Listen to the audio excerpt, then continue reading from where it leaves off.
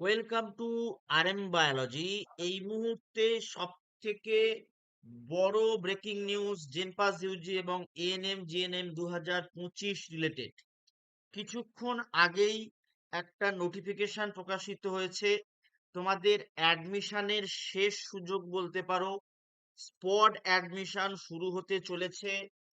যাদের counselling status no হয়ে আছে তারা কি এটায় অংশগ্রহণ করতে পারবে? সমস্ত তথ্য তোমাদের সঙ্গে শেয়ার করব। অবশ্যই ভিডিওটি শেষ পর্যন্ত দেখো। যারা চ্যানেলে নতুন, চ্যানেলটি অবশ্যই করে সাবস্ক্রাইব করে দিও। তো চলো শুরু করা যাক। তো এই নোটিফিকেশনটা আজকেই প্রকাশিত হয়েছে। এরকম নোটিফিকেশন প্রত্যেক বছরই প্রকাশিত হয়। কি বলা হচ্ছে? This is for information to all concern that after competition of counselling by West Bengal joint entrance examination board 2025, some of the seat still remain vacant in BSc nursing, post basic BSc nursing, MSc nursing and GNM nursing in the non government nursing institution in West Bengal. মানে হচ্ছে যেগুলো private college, সেই private কলেজে কিছু seat ফাঁকা পড়ে আছে। যারা বিএসসি নার্সিং তাদের কি থাকতে হচ্ছে? Now in order to fill up vacant seat in BSc nursing course, candidate having rank either in JenPass UG 2025 or NEET UG 2025, having domicile in West Bengal will be allowed for admission in non-government institution to fill up the vacant seat in BSc nursing course. However, they should fulfill the minimum academic and eligibility criteria for appearing JenPass UG 2025 and having eligibility criteria as prescribed by the Indian Nursing Council. তো basically এটা সেই সমস্ত ক্যান্ডিডেটদের যাদের counselling status হয়ে আছে yes, তাদের জন্য শেষ সুযোগ। ঠিক আছে, কাউন্সেলিং স্ট্যাটাস নোদের কিন্তু সুযোগটা দেয়া হলো না। কাউন্সেলিং স্ট্যাটাস যাদের ইয়েস হয়ে আছে তাদের জন্য কিন্তু এই সুযোগটা দেয়া হয়েছে। এখনো তোমরা যারা কোথাও কোনো সিট পাওনি তোমরা স্পট অ্যাডমিশন নিতে পারো, আর তোমাদের কি হবে না, রেজিস্ট্রেশন সম্পর্কিত কোনো সমস্যা হবে না।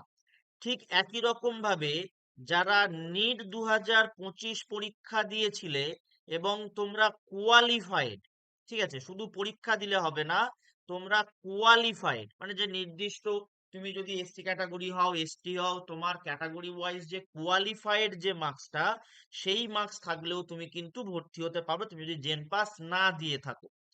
The vacancies post basic BSc nursing MSc nursing এর একই রকমের ক্রাইটেরিয়া, যে ক্রাইটেরিয়া গুলো বলা আছে সেই ক্রাইটেরিয়া মানতে হবে।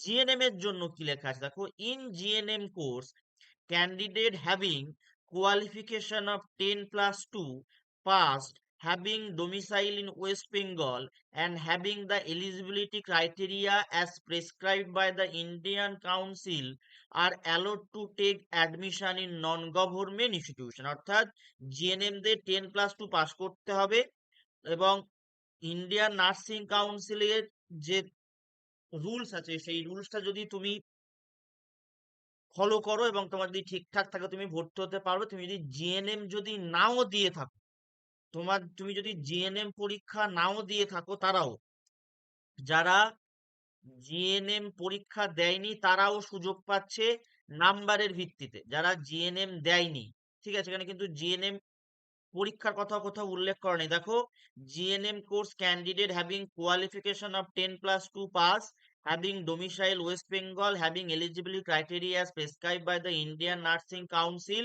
allowed to take admission in non-government institution। মানে যারা পরীক্ষা দেয়নি তাদের জন্য কিন্তু সুযোগ হয়ে গেল শুধুমাত্র জিএনএম কোর্সের ক্ষেত্রে। আর বিএসসি নার্সিং এর ক্ষেত্রে এই দুটো তোমাকে ফুলফিল করতে হবে।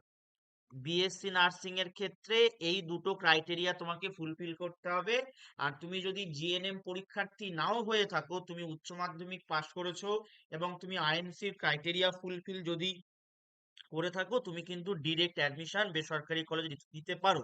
তো যারা বেসরকারি কলেজে অ্যাডমিশন নিতে চাইছো, তোমাদের যে মনে হয় যেসব বেসরকারি কলেজগুলো ভালো বা তোমার পছন্দের যে বেসরকারি কলেজগুলো আছে সেগুলোতে গিয়ে ডাইরেক্ট যোগাযোগ করে নাও, করে নিলে কিন্তু তোমরা ভর্তি হতে পারবে। তো আজকের ভিডিওটি এই পর্যন্ত।